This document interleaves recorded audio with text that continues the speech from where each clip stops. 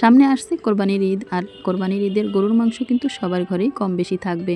এভাবে গরুর মাংস দিয়ে আচার তৈরি করে আপনি কিন্তু দীর্ঘদিন সংরক্ষণ করে রাখতে পারবেন, 6 মাসের বেশি কিন্তু ভালো থাকবে। আর এর স্বাদ কিন্তু আপনি কখনোই ভুলতে পারবেন না। তৈরি করার জন্য প্রথমেই কিন্তু আমি এখানে 1 কেজি পরিমাণ গরুর মাংস কাটিং করে নিয়েছি। আপনি চাইলে এর থেকে ছোট বড় করেও নিতে পারেন, ছোট করে নিলেই কিন্তু খুব সুন্দর হয় আচার তৈরি করে নিতে। কাটিং করে নিয়ে এরপর পর্যাপ্ত পরিমাণ পানি দিয়ে ক্লিন করে নিয়ে পানিটা ঝরিয়ে নিয়েছি স্টিনারে করে।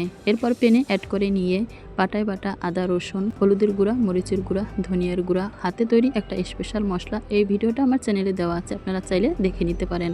তেজপাতা ও কিছুটা সরিষার তেল দিয়ে হাত দিয়ে মেখে চুলায় বসিয়ে দিয়েছি। ঢাকনা দিয়ে মিডিয়াম টু লো আঁচে রান্না করে নিয়েছি। একবার পানিটা শুকিয়ে সেদ্ধ করে নামিয়ে নিয়েছি। এরই ফাঁকে কিছুটা রসুনের স্কিন ছাড়িয়ে নিয়েছি। আচারের একটা মশলা তৈরি করে নিয়েছি। মশলার নাম ডিটেলস স্ক্রিনে লেখা দেওয়া আছে, আপনি চাইলে চেক করে দেখে নিতে পারেন।